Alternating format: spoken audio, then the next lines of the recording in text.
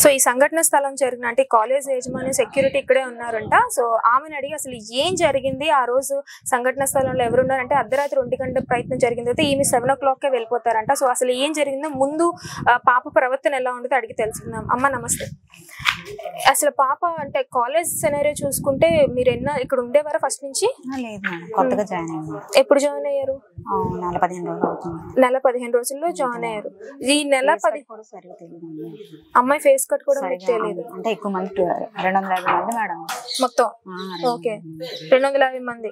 పాప ఏ రూమ్ లో ఉంటుందండి? ఇక్కడ 205 ఫస్ట్ ఫ్లోర్. 205 ఫస్ట్ ఫ్లోర్ లోనే ఉంటుంది. ఫస్ట్ ఫ్లోర్ లో అంటే మీరు మాక్సిమం గమనించే ఉండాలి. అంటే మీరు రౌండ్స్ కి వెళ్తూ ఉంటారు కదా, పిల్లలు ఎవరెవరు ఉన్నారు ఏంటి ఇవన్నీ చెక్ చేసుకుంటూ ఉంటారు కదా. సో అప్పుడు మీరు ఏం గమనించలేదా పాపని? అమ్మాయి ఏం చెప్పలేదు మేడం ఎవరితోటి, అందువల్ల ప్రాబ్లం అయింది. అంటే పాప కూడా అమ్మాయికి కూడా చెప్పలేదు అంట, ఫ్రెండ్ కూడా చెప్పలేదు, అందువల్ల ప్రాబ్లం అయింది. ఓకే, లాస్ట్ లో సిచ్యువేషన్ చేసుకోక ముందు చెప్పింది అనమాట పేరెంట్స్ కి. అదే వాళ్ళ అక్కకు మెసేజ్ చేశాను. ఓకే, సో అంటే ఇప్పుడు జనరల్ గా పిల్లలు ప్రవర్తన ఎలా ఉంది, ఏం చదువుతున్నారు అంటే Chaitanya Narayana is known for బాగా చదువుతారు పిల్లలు అని అందరికి తెలిసిందే. అంటే బయట కూడా బాగానే చదివేది అంటున్నారు, 10th లో కూడా బాగానే చదివింది. మరి చదువు ఒత్తిడి వల్ల ఇలాంటి సంఘటన జరిగిందని కొంతమంది అంటే అసలు ఎంతవరకు అంటే చదువుతుంది పాప, హాస్టల్లో ఉంటారు కాబట్టి పిల్లలు చదువుతూ మీకు కనిపిస్తూ ఉంటారు కదా, బుక్స్ పెట్టుకుంటారు. నేను చెకింగ్కి వెళ్తాడు, బుక్స్ పెట్టుకోకపోతే అవ్వదు. మీరు ఖచ్చితంగా చదువుకోండి అని చెప్తూ ఉంటారు. ఓకే, ఎంత టైం నుంచి ఎంత టైం వరకు చదువు అంటే హాస్టల్లో మాకు 6 గంటల నుంచి 7 వరకు అది చదివించే టైం కూడా ఉన్నాడు. 6 to 7. అమ్మాయి కనిపించలేదు, అందువల్ల మేము చెకింగ్కి వెళ్ళాం. మొత్తం 6 నుంచి కనబడలేదు, కనబడకపోతే చెకింగ్కి వెళ్ళాం, కనబడలేదు. సో నిన్నంతా అంటే నిన్న పొద్దు నుంచి పాప బానే ఉందా, కనిపించింది అంటే కనిపించలేదని చెప్పి అన్నారు పొద్దు నుంచి కూడా. పాప ఎక్కడికి వెళ్ళిందో మీరు గమనించలేదా మరి? అమ్మాయి అంటే అక్కడికి తిరుగుతుంది అని అన్నారు మేడం, సరిగా ఒక దగ్గర ఉండలేదు అమ్మాయి, అందువల్ల ప్రాబ్లం. అందువల్ల తెలియలేదు.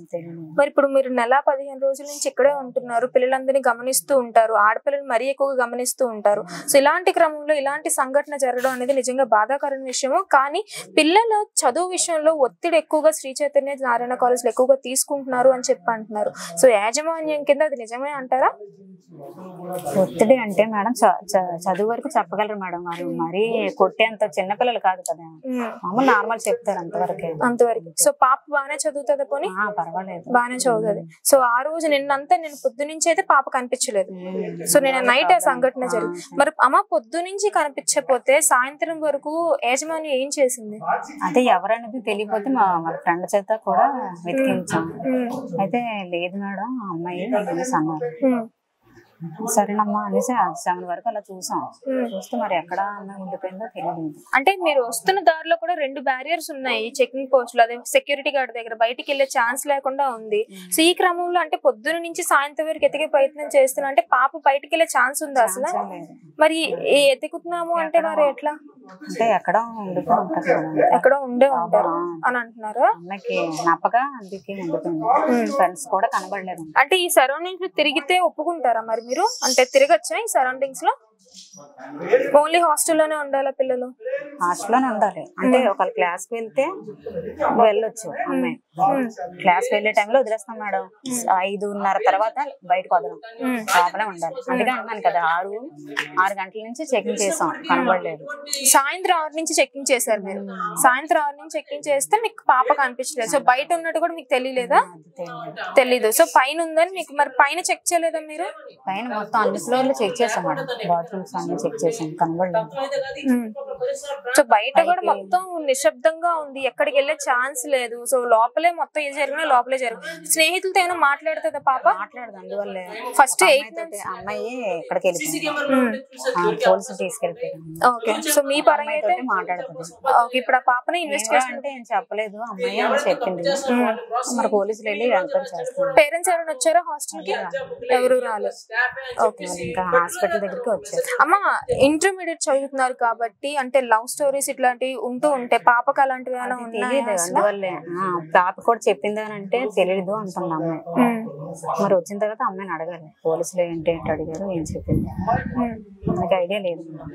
ఓకే, సో ఇంతవరకు క్లారిటీగా లేదు, మీ పరంగా అయితే క్లారిటీ లేదు.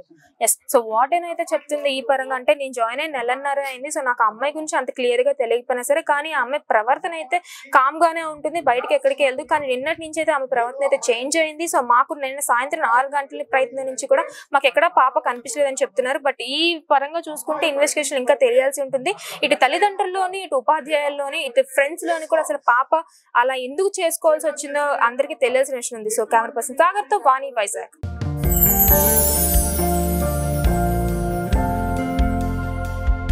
లవ్, ఈ అందమైన 4 అక్షరాల బారిన పడని మనిషి ఉండరు, మనసు ఉండదు. ఈ లవ్ కొంతమంది జీవితానికి సరిపడా మధురమైన అనుభూతులను అందిస్తే, మరికొంతమందికి జీవితాంతం వెంటాడే చేదు జ్ఞాపకాలను మిగిల్స్తుంది. లైలా మజ్ను, పార్వతీ దేవదాస్, ఈ 2 కథల్లో మజ్ను లైలా ప్రేమ కోసం ఎంత పరితపించాడో విన్నాం. దేవదాస్ పార్వతి ప్రేమ కోసం ఎంత పిచ్చోడయ్యాడో చూసాం. కానీ లైలా మజ్ను ప్రేమ కోసం ఎంత ఆరాటపడిందో మనం ఆలోచించలేదు. దేవదాసు దూరమయ్యాక పార్వతి పరిస్థితి ఏంటో మనం అర్థం చేసుకోలేదు. ప్రేమ నుండి పెళ్లి వరకు వెళ్ళలేకపోయినా ఎంతో మంది అమ్మాయిల బ్రేకప్ స్టోరీస్తో మీ లవ్ టుడే.